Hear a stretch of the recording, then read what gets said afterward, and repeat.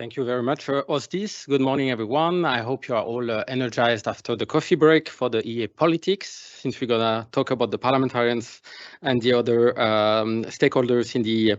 So my name, as Osdis said, is Christophe Zuffray. I'm senior officer at the EFTA Secretariat. I'm working in the EEA Coordination Division, and I deal with mainly the Parliamentary Committee and the EEA Joint Parliamentary Committee, but I will also talk about the other bodies that we serve here at the Secretariat.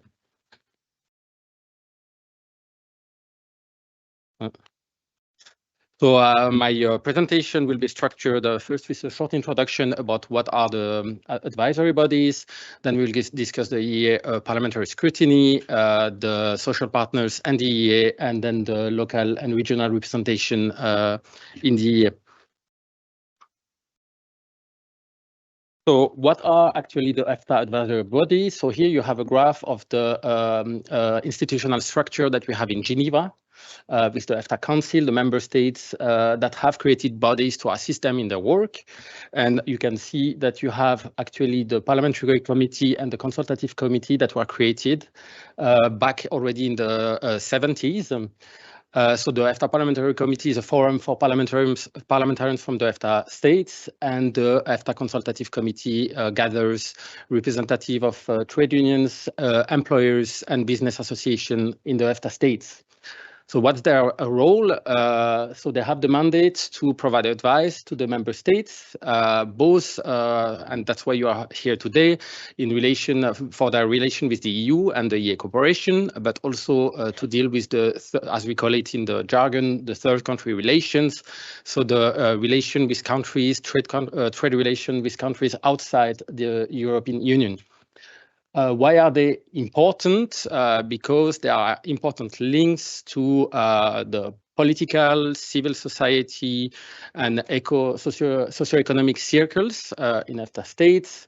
They bring the EEA closer to the citizens of the EEA EFTA states, and therefore they ensure the democratic accountability and the legitimacy of the agreement in the EFTA states. So this slide, I'm sure you have seen it this morning, at least with Marit, who is right in front of me here. So you have learned that the cooperation is structured around the two pillar structures. On the left-hand side, the EFTA pillar, on the right-hand side, the institution of the European Union. And the agreement creates these joint bodies to cooperate together.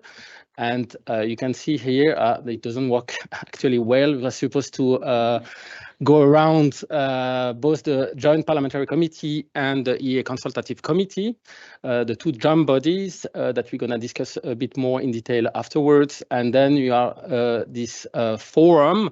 I haven't mentioned it in the introduction with the two committees because it's an informal body that was created later. Why? Because the Committee of the Region of the European Union was established in 1994 after the entry into force of the agreement.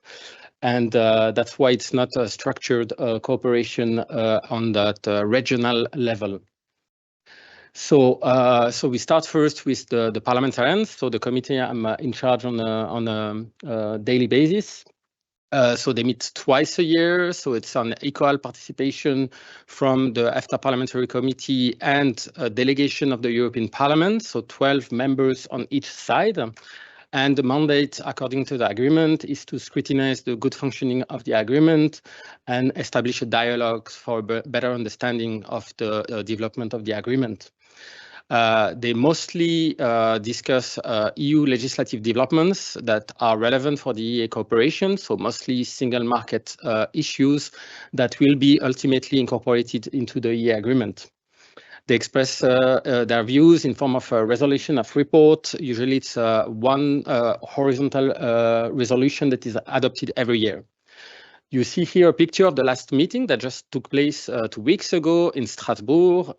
It was the 61st meeting of the Joint Parliamentary Committee. And you can see here like the EFTA delegation with the chair of the European Parliament's delegation, Mr. Schwab. And on our side, the meeting was chaired this year by Mr. Manfred Kaufmann from the Liechtenstein Parliament. They discussed, to give you an example, so the future of the single market with an address from Mr. Letta, who is writing his report on the future of the single market. They discussed the EEA cooperation with the chair of the standing committee, the Icelandic ambassador. There was also the Belgian presidency, who is sitting in the room, the European Commission, and also the EFTA College. And they discussed the Artificial Intelligence Act, the outcome of the negotiation, interinstitutional negotiations, the participation in the civil protection mechanism, and the volcanic eruptions currently ongoing in Iceland, the support to Ukraine, and also the customs implementation of new sustainability provisions like CBAM or the prohibition of forced labor in the EEA. So that would be it for the Parliamentary Committee and the Joint Parliamentary Committee. So the Consultative Committee also meets once a year with representative of the European Economic and Social Committee. It's the mandate and the role is similar, so they monitor EU legislative developments and their impact on the EEA, sometimes with a greater focus on social aspects or labor markets, but not only. They expect their views in form of resolutions and reports. And this year, the next meeting is scheduled to take place on the 23rd and 24th of May in Iceland. And they're going to write a report and a resolution on the future, on the 30th anniversary of this EEA agreement and the future of the single market, which is a bit the core topic this year. It's written there that they meet once a year. Actually, this time it's confirmed that they're going to meet a second time in October in Hungary during the Hungarian presidency. Yeah, to mark the 30th anniversary of the agreement, it has been decided to have a second meeting this year. There we come to the forum. I mentioned it before. It was established in 2009 by the ambassadors of the EFTA states.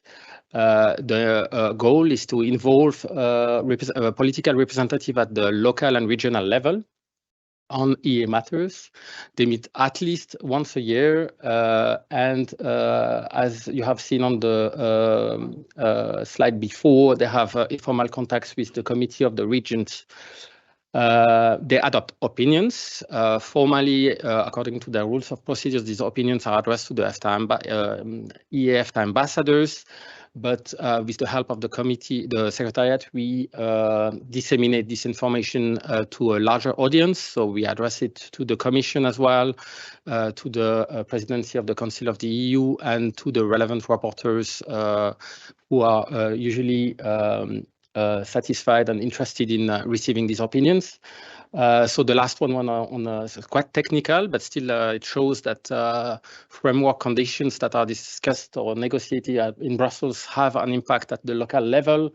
So they discussed the Waste Framework Directive and the soil monitoring at the last meeting.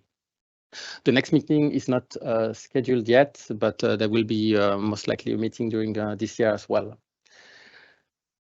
This is actually already my last slide, so I look at Ostis and I hope I'm on time. The Parliamentary Committee and the Consultative Committee, they also discussed the EEA cooperation within the EFTA pillar, so the left-hand side of the graph that you have seen before.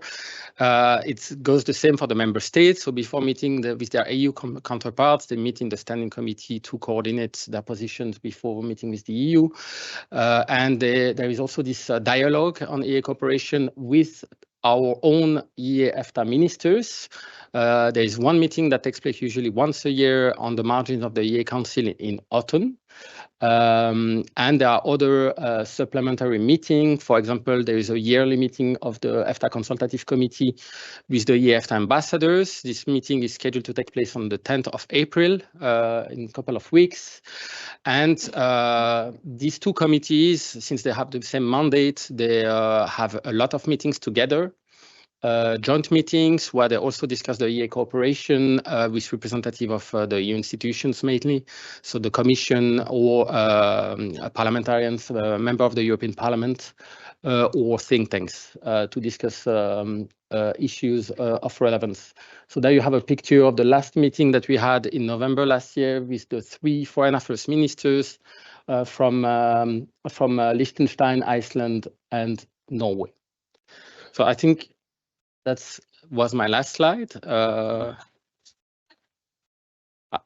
Perfectly on time, I guess, as a Swiss. And I don't know if you have time for questions or not.